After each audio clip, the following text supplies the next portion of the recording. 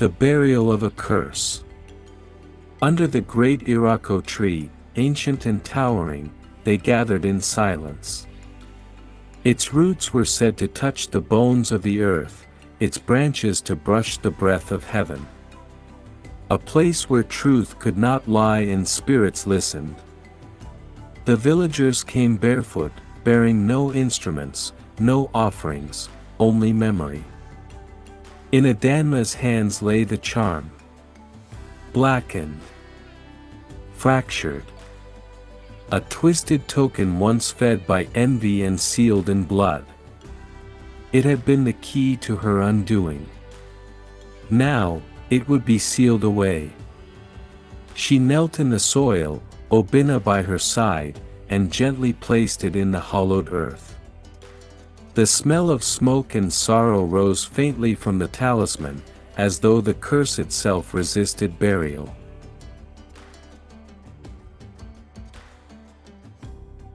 Let this relic rest. Let it never rise again. May it warn those who reach for love with poison hands.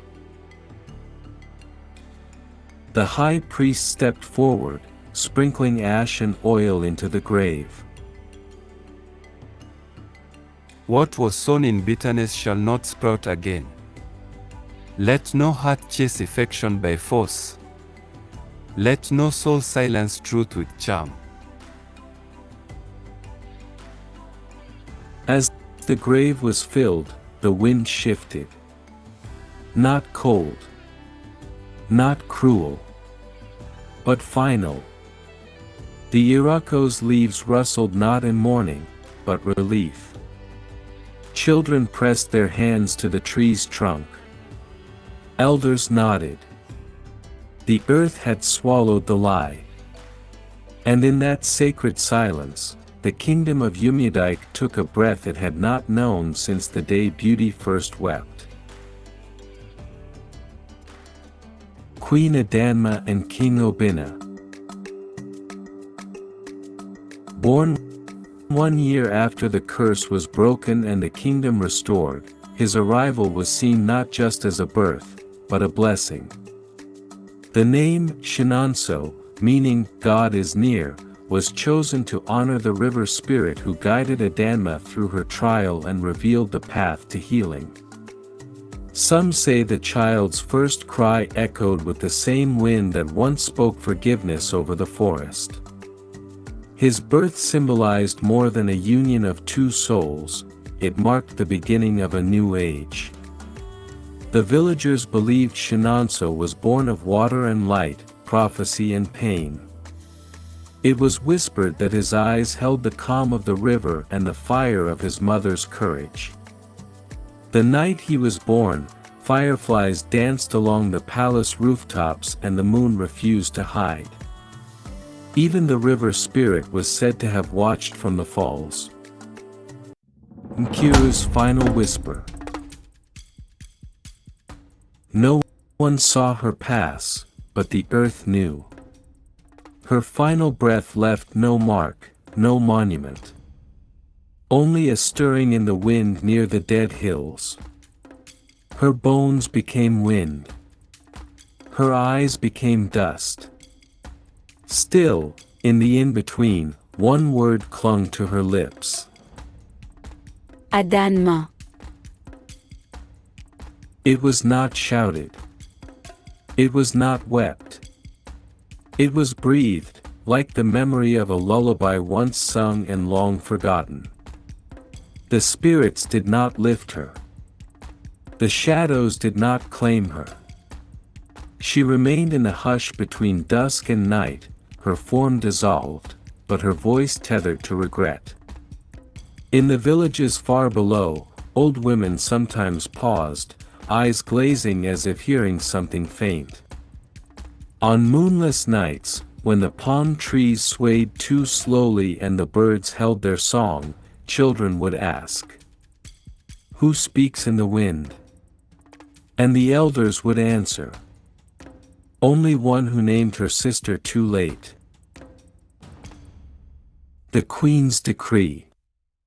Under the midday sun, Adanma stood at the stone platform in the village square, robed not in gold, but in woven linen, simple and sacred. Children gathered at her feet. Mothers and daughters watched from shaded cloth canopies. The air was quiet with reverence. All girls of Umudike shall learn this story. Not to fear power, but to guard their hearts. Not to avoid beauty, but to know that beauty without wisdom is like fire in dry grass. Let no girl grow thinking her worth lies in the curve of her cheek or the smoothness of her step. Let her be praised for her honesty, her strength, her compassion. She held up the broken charm once used to twist fate. This is the relic of a lie, a reminder that love cannot be stolen, that envy wears smiles but walks with knives. Let my mistake be their lantern. Let the curse I bore become their compass. Elder woman, shall we write it in the scrolls? No. Let it live in voices, in lullabies, in fireside tales. Let it be a story not carved in stone, but carved in memory. And from that day on, every girl of Umudike, upon reaching her 13th moon, would hear the tale of the queen who was cursed, the sister who fell, and the love that returned like rain after ruin. A voice from the sky. The festival of truth was in full bloom. Lanterns flickered like stars fallen to earth, and laughter danced between the drums. Elders told stories beneath the talking tree, and children listened wide-eyed. But one voice rose above the rest, a voice small in age, but bold in spirit. Why didn't you destroy Nkiro? The crowd hushed. Some drew sharp breaths. Others looked to the queen with wide, uncertain eyes. Not because the question was wrong, but because none had dared to ask it aloud. Adanma turned slowly, her eyes not stern but steady. The firelight caught the edges of her robe, and for a moment, she looked like a figure made of flame and rain.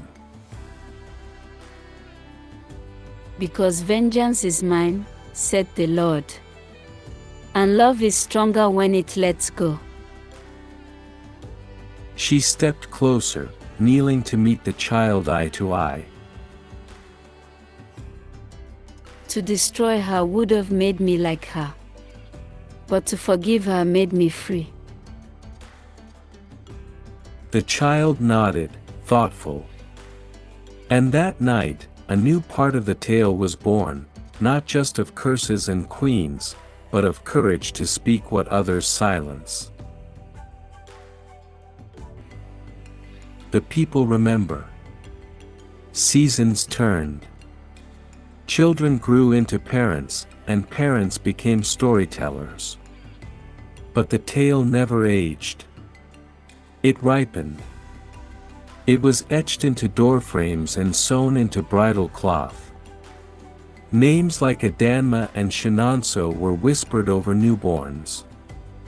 Carvers sculpted the beast with sorrowful eyes, and potters painted rivers winding through crowns. During planting season, farmers told the story to their sons beneath banana trees. During evening rains, mothers sang it in lullabies braided with warning and wonder.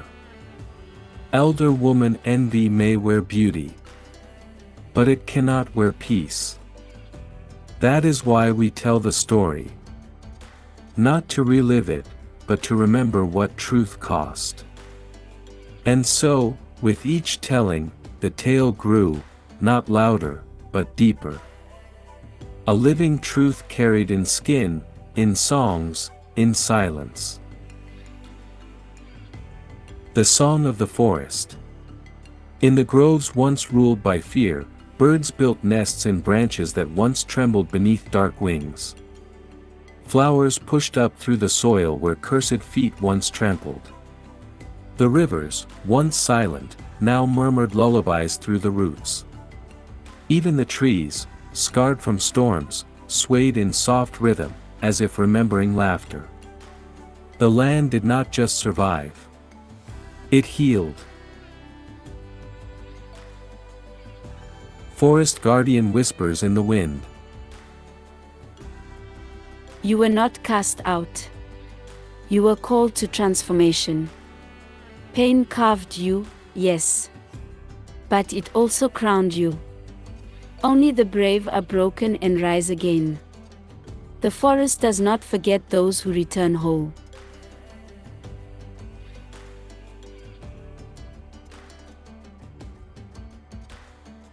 Obina's vow before the altar. In the village temple, before a flame that had burned since the founding of Umudike, Obina stood. Not as a king, but as a man, humble, weathered, awake. The altar glowed softly in the night air.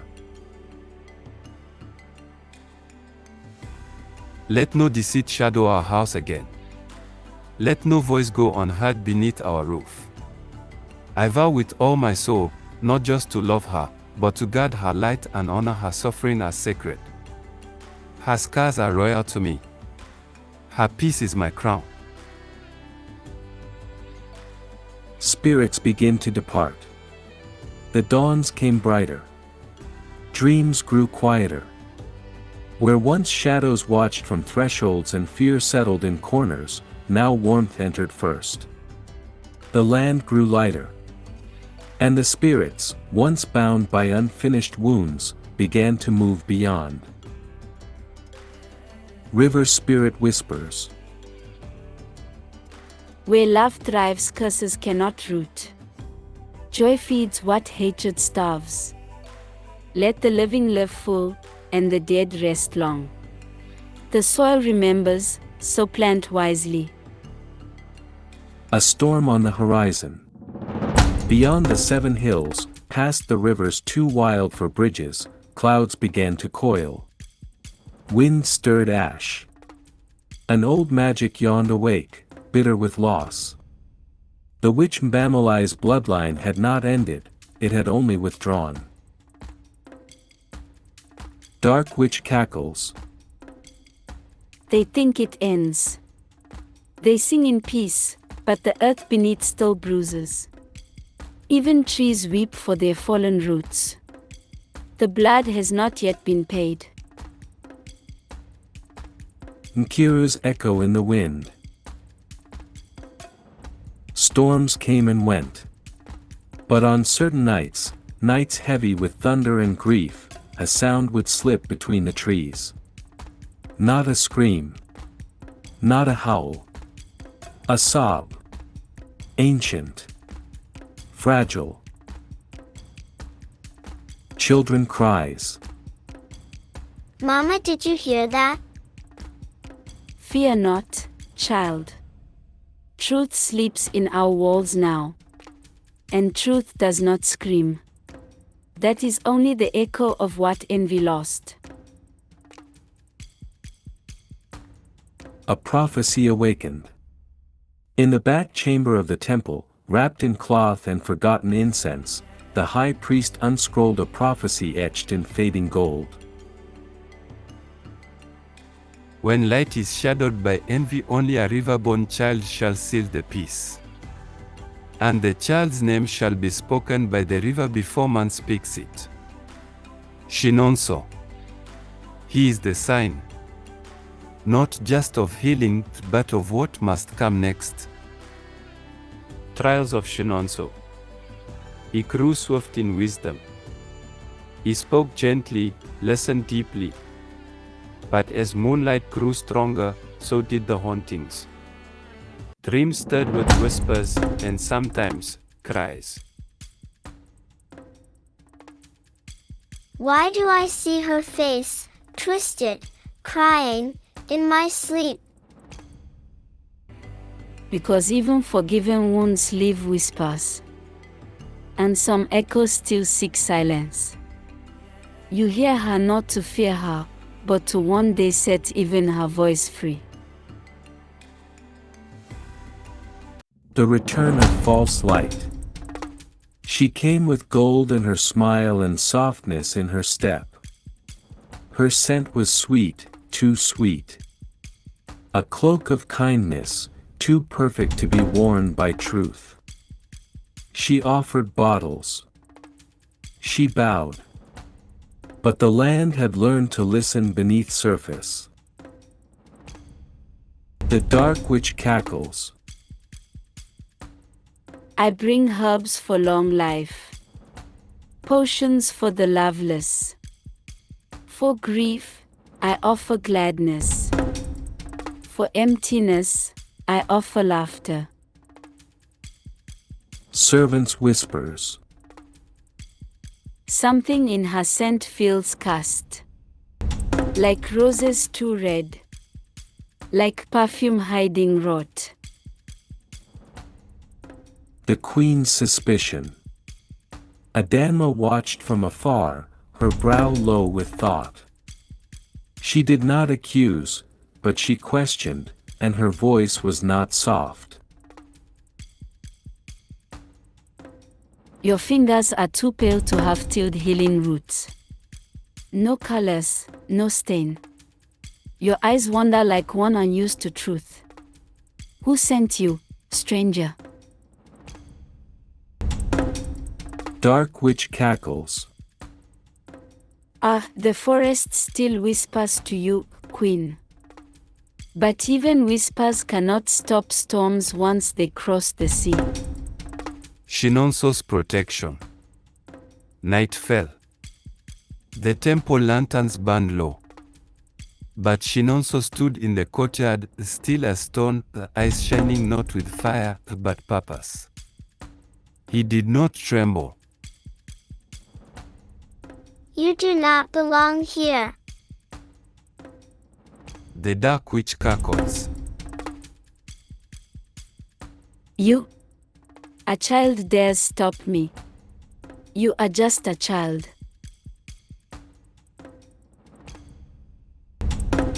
I am the seal the prophecy spoke of. You may speak curses. I was born from one. I am the child of river and ruin. And I do not fear what love has already unmade. The witch unmasked. Augusto through the temple gate. The fire surged. And light, pure, golden, uninvited, fell upon her. Her painted skin cracked like dry clay. Her face warped. Serpents uncoiled from her scarf. Eyes like embers flared and failed. The villagers watched, no longer afraid. The lie peeled away, and truth stood unmoved. The village awakens. The air crackled with rising courage as villagers emerged from homes, huts, and temple porches. There were no swords, only unity. Men, women, elders, and even children locked hands in a great circle that encircled the palace gates. Drums thundered from all corners, steady, defiant, holy. Voices rose not in fear, but in faith. Villagers, O Lord, arise. Scatter your enemies. Let no false light darken our skies again. Let your truth march like fire through the lies. The queen stand. At the circle's center stood Adama, cloaked in the same white she had once worn to wed. In one hand, she held a staff of carved river wood, its top burning faintly with spirit light. We will not flee this time. Let light confront its imitator. Let our wounds testify. Let our truth be the sword. From the temple steps, Obina descended not as ruler but as warrior beside his bride. We stand together as we were forged. In fire. In loss. In faith. Wind tore through the village like teeth. Fire leapt from the witch's outstretched fingers. But from the altar steps, Shinonso stepped forward, barefoot and unshaken. He wore the pendant his mother had once been cast by, now cleaned and now sacred. He walked into the storm like dawn walking into night. I rebuke you in the name of truth and love. You are not light. You are the memory of shadow. Go. The clouds tore like fabric. A deafening crack split the sky. From above, a pillar of golden flame shot downward, not wild, not angry, but precise. It struck the witch's illusion, unraveling the spells like thread. Her screams were swallowed by light. A voice from the sky. No weapon that is formed against thee shall prosper. Isaiah 54 verse 17. Peace rains down. The silence afterward was holy. Then came the rain, not hot, not sharp, but soft. It fell on open hands, upturned faces. It soaked the soil where lies had once bloomed. It was peace in droplets. And the land, long held tight with tension, exhaled. River spirit whispers in the wind. The circle is healed. The wound is no longer bleeding. The story may now grow. Nkiru's soul forgiven. In a realm beyond mist and memory, Nkiru stood barefoot before a pool that reflected not her face, but her deeds. She trembled at the expecting judgment. But the water rippled. And from it rose warmth. A hand extended. Not to punish, but to release. I forgive you, sister. Not because you were right, but because I choose to end the curse here. And so the festival of truth was born. No thrones were raised. No jewels displayed. Only stories told. Dancers spun barefoot in circles. Children drew symbols of light in the sand. Every home lit a lamp. Not to boast, but to remember. Drummers let every footstep declare love is not vanity. Love is truth. May our stories walk unmasked. Years passed. Shinonso grew into a man of peace and storm. On the 20th festival, he stood before the next generation, eyes aglow, hands open. Shinonso in all things choose truth. Envy blinds, but love heals. We are living stories, let yours be light. The fire crackled. The drums quieted. And the tale, once born in tears and transformation, passed again from lips to ears. Alive. Shinonso stood before the royal council, no longer a child but the river's heir, shaped by fire, anchored by love. He rose not for power, but to serve with humility. At the waters where Adanma once wept, she passed on her strength. Obina's teachings shaped his son in patience and justice. Shinonso endured temptation, betrayal, and the call to show mercy, and from each trial he grew. When the Dark Prince came bearing word, Shinonso met him not with rage, but with courage. On the fields of Esse steel clashed when shadows rose. But it was not a sword that brought peace, it was the prince's compassion. Mercy ended the battle. Light swallowed darkness. The curse closed its circle. With peace restored, the kingdom sang. Shinonso married Amara beneath a sunset sky.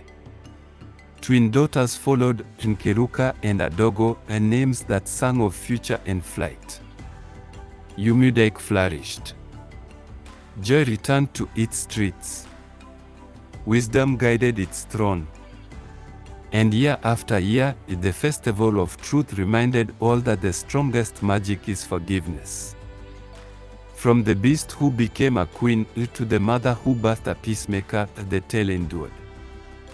And Shinonso, now a father, passed it on. When tested, do not say why me. Say, what can love do here? The moral remains. True beauty is of the spirit. Love cannot be stolen. Power must kneel to humility. Forgiveness is the crown that lasts. Let envy perish. Let love remain. And let every crown listen before it speaks. Scripture that guided their journey. Wrath is cruel, but who is able to stand before envy? Proverbs 27 verse 4, to be not overcome of evil, but overcome evil with good. Romans 12 verse 21, blessed are the merciful, for they shall obtain mercy. Matthew 5 verse 7, and what doth the Lord require of thee? To do justly, to love mercy, and walk humbly. Micah 6 verse 8. So ends the story of Umudike. But the light it lit burns on. Thanks for watching. Don't forget to subscribe and turn on the notification bell so you don't miss out on very interesting videos.